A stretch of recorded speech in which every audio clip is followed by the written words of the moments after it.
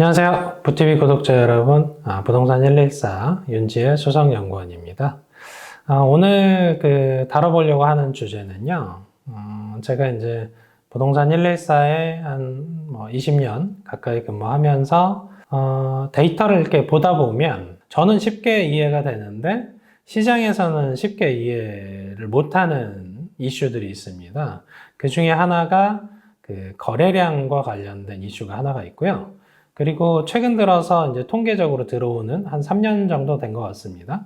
그 사이에 이제 매물량이라는 통계들이 있는데 이걸 해석하는 방식을 조금 잘못 해석하는 경우들이 많아서 오늘은 그거 주제로 좀 다뤄보도록 할게요. 일단 첫 번째는 이제 거래량입니다. 우리가 서울을 기준으로 한번 설명을 드릴게요. 그 전에 일단 우리가 짚고 넘어가야 될 건 뭐가 있냐면 주거는 의식주에 포함되는 필수재 시장이라는 인식이 하나 필요합니다. 그래서 여기에 이제 이견이 있으신 분들은 제 생각에는 거의 없다라고 판단이 되고요.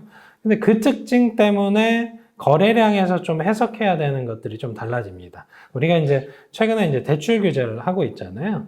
그래서 거래량이 서울 쪽을 보시면 1월에 그 매매 거래량이 2,673건, 그리고 최고점을 찍은 게 7월입니다. 7월에 9,028건을 기록합니다. 그래서 이렇게 보면 거래량이 3배 이상 늘어난 거죠. 굉장히 폭발적으로 늘어난 수준입니다. 근데 그리고 이제 8월, 9월이 되면서 이제 대출 규제 영향을 받으면서 조금씩 줄고 있습니다.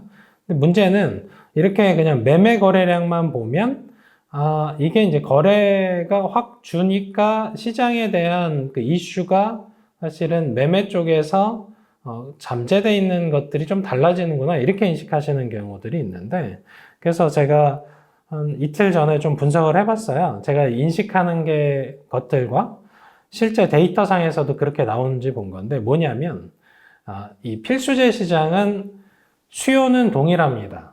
그러니까 그 시점에 발생되는 수요는 100으로 동일한 겁니다. 무슨 얘기냐면 매매를 찍어 누르면 그게 어디로 가냐면 전월세로 갑니다. 전월세로. 그래서 전월세 거래량과 매매 거래량을 합해서 보면 그게 이제 거래의 총량이 되는 거죠. 그 지역에서 일어나는. 그래서 그걸 봤더니 그 1월에 그 서울 쪽 이 매매 거래량이 2,673건이었는데 제가 3배, 7월에 3배 늘었다라고 설명을 드렸잖아요. 1월에 전체 거래량 총량, 그래서 전월세까지 다 포함한 총량을 보면 26,404건입니다. 그게 이제 7월 최고점을 찍은 시점과 비교를 해보면 거래 총량은 28,196건입니다. 여기서 느끼셔야 되는 부분은 뭐냐면 아까 설명드린 그 부분입니다.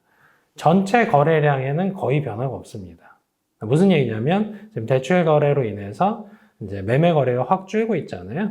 그 수요는 전월세 시장으로 넘어가는 구조다라고 보시면 되고요. 이것 때문에 그때 발생되는 거래 총량이 동일하니까 전월세 거래량은 오를 수 있는 여지가 오히려 커졌다라고 인식하시는 게 이 데이터에 대한 해석입니다. 그래서 다시 한번 설명을 드리면 매매 거래가 있고 전월세, 임대차 거래가 있습니다. 이 양 사이드에서 발생되는 총 거래량은 거의 1에 수렴한다. 100이라는 수요가 여전히 존재한다. 근데 매매 거래량이 원래 한 6 정도 차지하다가 4 정도가 됐으면 전월세 거래량이 6이 되면서 전월세 시장이 불안해질 수 있다. 예를 들어서 하나 설명드릴게요.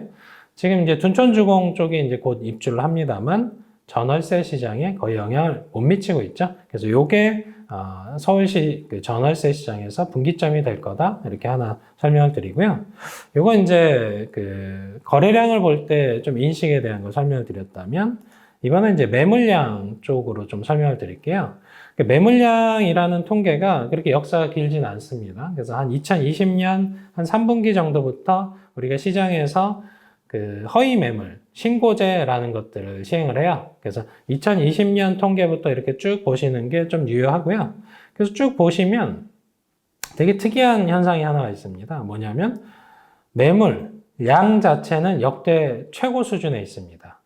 그래서 우리가 시장에서 언론 기사들을 보시면 서울 쪽에 지금 볼까요? 한번 보면 3분기 기준으로 보면 서울 쪽의 매물량이 82,000건입니다.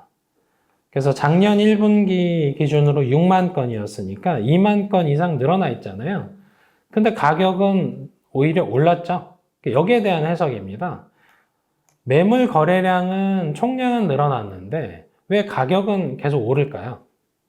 일반적인 인식에서 매물량이 늘어났으니까 가격이 빠져야지 이렇게 인식할 수 있잖아요. 근데 그거는 결과론적인 해석이고요.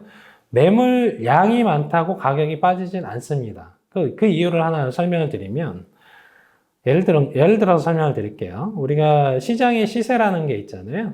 예를 들어서 한 10억 원에 형성된 시장이다.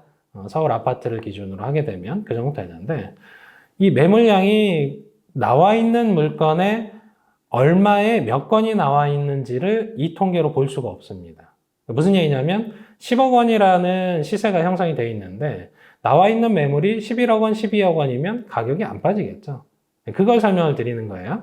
그래서 지금 우리가 통계로서 좀 기간은 좀 짧긴 합니다만 매물량의 추이를 보는 데는 좀 유효하긴 합니다만 쌓여 있구나 이걸 볼 수 있긴 합니다만 매물이 많아지면 가격이 반드시 빠지는 걸 말해주지는 않습니다. 거기에 대한 거 하나.